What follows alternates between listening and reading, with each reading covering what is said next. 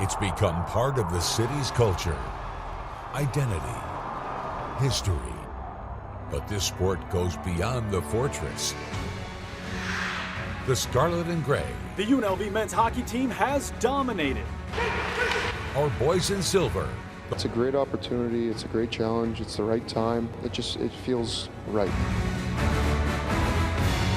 The Monsters in the north. The Golden Knights are beefing up their minor leagues with the Night Monsters. Night Monsters all the way. We are super excited. And the next generation. Covering the stars of tomorrow. They live at the rink. They love the game. Vegas wanted hockey. Vegas got hockey. Covering every local team on the ice. This is Hockey in the Desert Weekly. Welcome inside another edition of Hockey in the Desert Weekly. I'm Vince Sapienza. Let's fire home a snapshot of what is in store over the next 30 minutes. We're going to look back at the week that was for the Knights, show you how the Golden Knights are helping the community off the ice and on the playground. We've got some state champions to shout out at the youth levels. We'll hear from a pair of former Golden Knights defensemen and how they're still helping the organization find success. Plus, I go one-on-one with a Las Vegas local skating rebel national champion, Heath, and what it means to bring success to his city. Now, the week started with a Stanley Cup playoff clinching scenario with the Golden Knights, which had the look of a possible postseason matchup in the not-too-distant future. Let's go to the Fortress. Game number 700 for the captain, Mark Stone, and it proved to be memorable in more ways than one as Vegas clinched the postseason for the 7th time in 8 years, and it was all thanks to a Calgary loss rather than a Vegas win. The Knights led 1-0 after one, but gave up 3 unanswered in the second stance, and we had a bit of controversy late in the frame. Victor Arvidsson pushes the puck while it's still under the pads of Adin Hill. Bruce Cassidy immediately challenges for goalie interference, but the Zebras did not agree the goal would stand. It proves to be the game winner. The Knights fall 3-2, but now their quest for the cup truly begins. I think we're just going to regroup, I guess. Obviously, we want to get the win. We might see these guys down the road. They have a good team, and we're going to play these guys again, maybe. So every time we have that matchup, we try to bring our best. Came up short tonight, but just go back to practice and try to get better. We're going to be happy we're in, but that's not our ultimate goal, right? Nor should it be. So, especially a night like tonight, we'd rather done it with a win. So tomorrow we'll appreciate that. I mean, it's 74 games of hard work to get there, so it didn't happen overnight. The guys should be proud, because it doesn't happen every year. There's teams that are close and miss, so it's not automatic. But our expectation is we'll be there and compete for the cup, and I'd like to think this year will be, the year where we'll do that. Back to the Fortress, and back in the lineup was Alex Pietrangelo, who missed the previous 4 games due to injury. But the story in this one was Winnipeg, who showed why they have been sitting at the top of the Western Conference most of the season. Mark Scheifele strikes first, and then it's the Jets captain Adam Lowry making it 2-0 after 1. Go to the second, where it's a former misfit turning back the clock and releasing a slap shot from 2017. Colin Miller blasts this one from the blue line, quiets the crowd. Cassidy had seen enough. He pulls Adin Hill to start the third, replacing him with Akira Schmid, who made his second appearance in net with the Knights. Though it made no difference on the other end, Vegas suffered their 5th shutout loss of the season, 3rd at home, 4-0 your final, and the Jets pick up their first regulation win in Vegas since 2022. I think it feels like a step back. They're a good team, and we're in the hunt to catch them. So to have a performance like this it's not good enough, and we got to learn from it. You can feel sorry for yourselves, or you can pick yourself off the mat and get back to work and put in your best effort on Saturday night. We're playing a desperate team who is still fighting clawing to try and make the playoffs. So we have to be at our best, and hopefully those games are the ones that can kind of bring it out of you. But no, we're not going to roll over. Obviously going to learn from these games, but I think this team will bounce back, and we'll get ourselves ready to go. The Golden Knights left the friendly confines of the Fortress for their second-to-last road trip of the year, and it started up north. Kevin Bollinger has the Guys in Gold's highlights from Calgary and Vancouver. Akira Schmid in goal for the VGKs. They began a 3-game roadie in Calgary on Saturday night. No score until late in the first. Vegas with a 3-on-2. The drop pass, Shea Theodore gives it right back to him. The give and go, and Dorofeev finds room glove side. That's his 9th goal in the last 13 games, and it was 1-0 after 1. In the second, watch Riley Smith get position out front. He gets the deflection off the Theodore shot, and the VGK took a 2-0 lead. But with seconds left in the second, Flames on the power play, and Joel Hanley gets the wrister through traffic. Calgary carried the momentum into the third. Off the clean face-off win, Matt Coronado goes short side, and real quick it went from 2-0 to 2-2. In this game would head into overtime. Late in OT, Smith trying to center. It goes off Mackenzie Weeger's skate and off Dustin Wolf's back and in. A wild ending for the 3-2 win to get the Golden Knights to 100 points on the season. A bit of relief for sure. I think we did enough in that game to win. Sometimes bounces don't go your way and teams claw back in. I don't think there was any real panic in this locker room at all throughout the game. Sunday night in Vancouver, the Canucks came out buzzing, and they were all over the Golden Knights around the net early. Aiden Hill was getting peppered, and Nils Höglander was able to put home the puck out in front. It was 1-0 Vancouver less than 5 minutes in. The VGK would answer a few minutes later. Mark Stone feeds Ivan Barbashev. He makes the move and lights the lamp to tie things up at 1. Later in the first, Nick Waugh with the blast. The rebound out front goes right off defenseman Victor Mancini's skate, and it goes in for a little puck luck and a 2-1 Vegas lead after 1. Midway through the second, the VGK turning over in the neutral zone.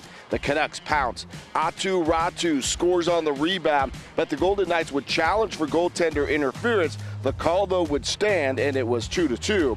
It stayed that way until just over 3 minutes left in the third.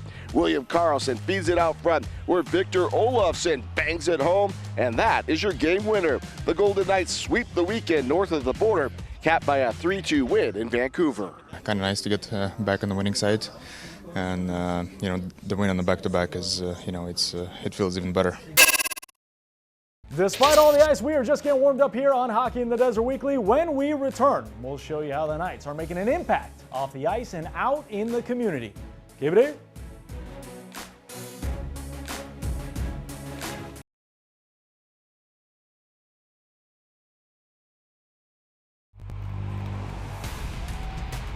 You're watching Hockey in the Desert Weekly. Welcome back inside Hockey in the Desert Weekly. I'm Vince Sapienza. Golden Knights president Kerry Bubolz has a saying that I steal quite often, and I'll do it again here. Hockey is a contact sport, both on the ice and in the community. And this past month, the organization continued to operate by those words, helping create a safe space for kids.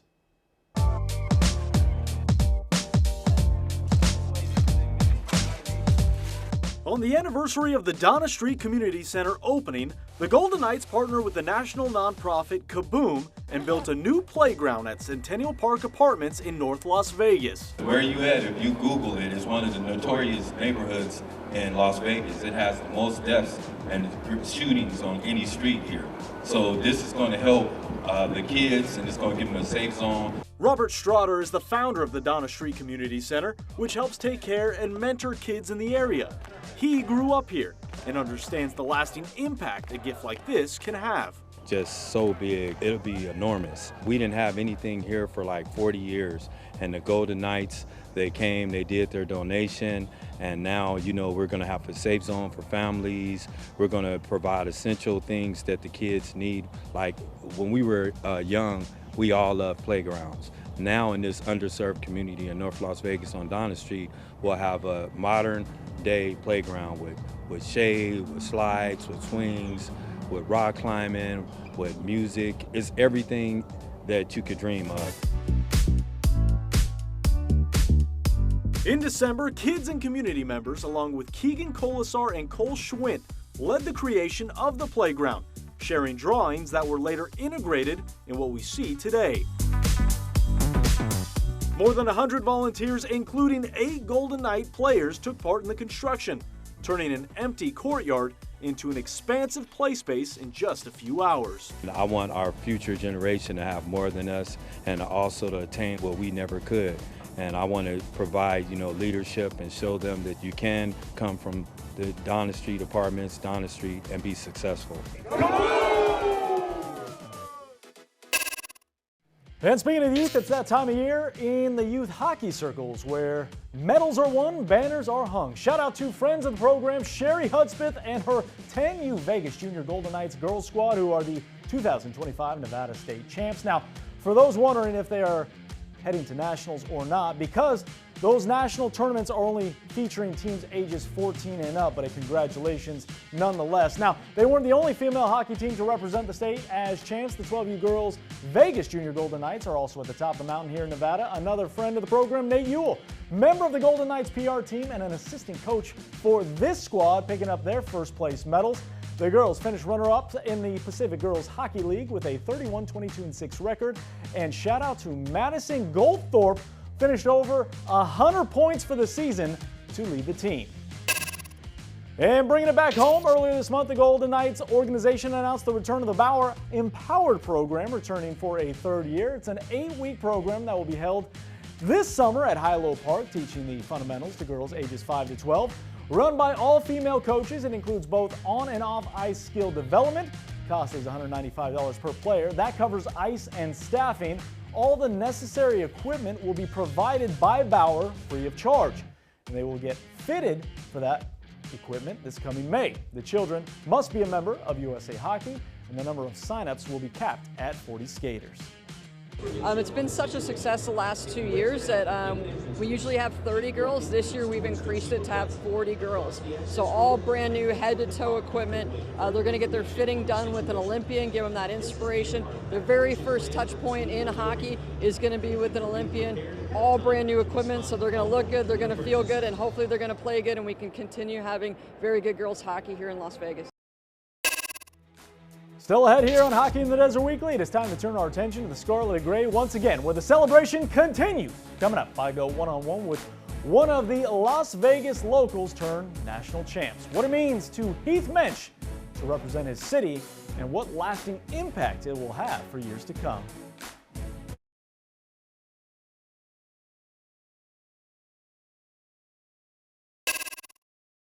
Welcome back inside Hockey in the Desert Weekly. I'm Vince Sapienza. We're just a few weeks removed from the Skating Rebels, capping off a historic season with a national championship. And while it means everything to everybody who's been part of the program, it's a little different to a trio of players who call Las Vegas home.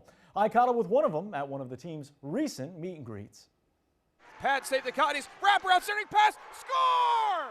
I'm standing here with Skating Rebels forward Heath Mensch, a Las Vegas local and a national champion. As you hear that, what does that mean to you? Has it soaked in? It means a lot, just being from Vegas and everything, and it's kind of soaked in. It didn't soak in for a few days after the championship, but now recently, like coming around all of Vegas, seeing all the support from everyone, going through the games, like getting congratulations from everyone. It's been super cool, and so it's just been fun. It's been a good time. I'm happy we were able to bring it to Vegas. Before we get into big picture, I want to talk about your tournament, and let's talk about the final in particular. Obviously, a rematch from the season prior. You come out and as a team have just a fantastic game plan. Maybe a little bit of a slow start than you guys would have liked, but you guys put it into second gear, if you will, and then you just kind of erupt and help create that spark with a pair of goals in the game. What is that feeling like, scoring not just one but two goals in a championship game like that, and in a game that was so meaningful to this program? It's a feeling like no other. Like, it's something you want to do every time you step on the ice for your team. You want to be someone that can make a difference, really. And in that big of a stage, it was really cool to be able to do it. And just had a few shots. They happened to go in. I was lucky enough. And, I mean, kind of sparked us through that rough first period and then led on to our win. So it was pretty cool. Talk to me about that power play goal. Yeah. Sitting there on the boards. Seems like a tough angle. Seems like an innocuous kind of shot. But is that a shot that you knew if you could navigate its way through traffic, that one's finding the back of the net? Yeah, I've played up there on the power play a decent amount in my life, so I kind of have a feeling from that area, and really it was just trying to get it through. There's multiple bodies. Stath was right in front of the net. He was the main reason I scored. The goalie didn't see it at all, and I really just had to put it in a spot that he wasn't at the current moment, and it went in. And just felt like practice, I guess. Walk me through when it started to feel real that you guys were going to win that game. Oh, it was, you would expect it was after we went up 4-0, but once they got two quick ones and that one right at the start of the third, I was a little scared, and then Randy scored that one penalty shot or whatever in mid-third, and that's kind of when I think everyone took a sigh of relief. Got to calm down, like it started to sink in more and more, like we're 10 minutes away, 5 minutes away. they're so far out at this point, and it was like, that's when it really hit and everything calmed down and you win, and it's a feeling like no other, I guess. You touched on it earlier, being a Las Vegas local. There's a lot of guys in the program, most of the guys in the program that are coming from all these different places, right? The coaching staff is recruiting them, selling them on Las Vegas, selling them on the vision that Las Vegas can be a hotbed for hockey. You live here, you've lived it, and to see that vision come to fruition as a local, what is that like, and what does it mean to have that local pride as well? I don't know. It means so much. Growing up here, earlier on, like, we didn't have a lot of hockey until the Knights got here, so really you see it just take off when they get here, and then now I don't know how, we have everything you could want here, really. It's the weather, anything you want to do as a college kid, it's all here. So I feel like it's pretty easy to sell, and then being a local, it's so cool to just see the city kind of group around like a team, and all the support you get, and knowing that I'm from here is just so cool. Yeah. Ton of support during the watch party. I know you saw all the visuals, and the event where you're selling all the merchandise, you're bringing the cup around. What is it like to see the fans see you guys, see the cup, take pictures, sign the autographs? I know it doesn't get old, I would imagine. No, every time.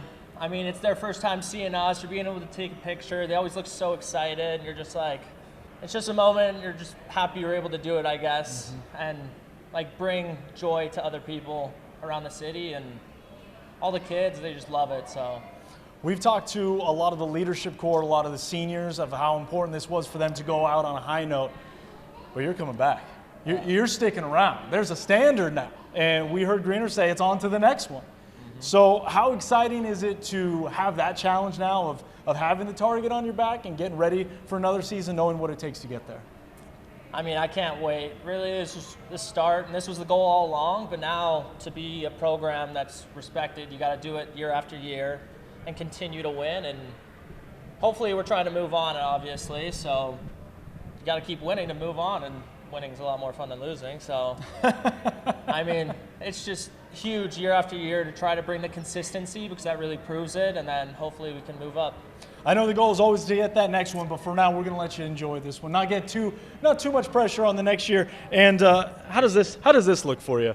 Seeing national champions, Rebel hockey. If you missed out on the boat in terms of the merch, you can go to the Skating Rebels website, pre-order, order all that you can. Shirts like this, hats like this, because you guys are already running out. Did you get your merch?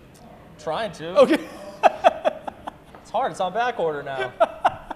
See, even the players are having a tough time. He is Heath Mensch, Skating Rebels, sophomore forward. Thank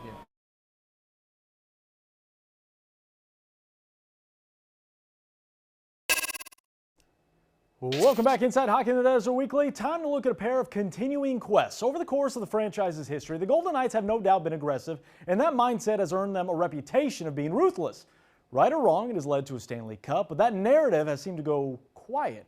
As we saw the return of Riley Smith at the NHL trade deadline, and even off the ice over the years, the organization has brought back 2 former defensemen to help in different branches of the club. He's it back out high. Long wrist shot from Engelland. Score! While he never wore the C on his sweater for the Golden Knights, Derek Engelland was the unquestioned leader of the team while he was on the ice. Since retirement, he's added a few more titles to his name.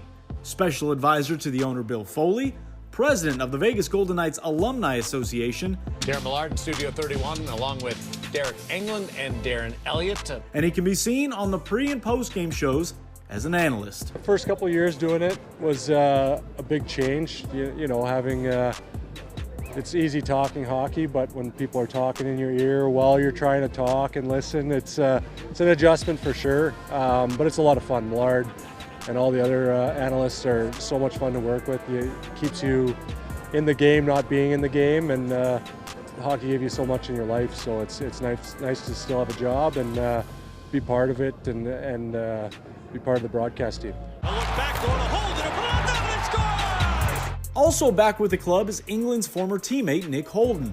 Just months after retiring following the 2022-23 season, General Manager Kelly McCrimmon called and offered Holden a job as a member of the player development staff overseeing VGK prospects. Was very thankful to be able to step into this right out of playing, and It's been a lot of fun. It's been something that I felt like as my career progressed, I was kind of doing with younger D-men as I was playing still, and so to be able to do it now with a whole group of kids that are in our organization, and it's fun watching them take steps, and every year, even months or weeks, they're getting better, and to be just a tiny little part of that, I think is awesome. And then from an organization standpoint, it's awesome to be involved and part of this organization. When I was with Columbus, they had a player development guy, his name was Tyler Wright, and so he would pop in and see you and kind of, if you needed help, guide you, I guess. And so it was something that most organizations I don't think had, and so I was lucky to have that, and I think nowadays most organizations see the value in it, and so I'm hopefully bringing value to our guys.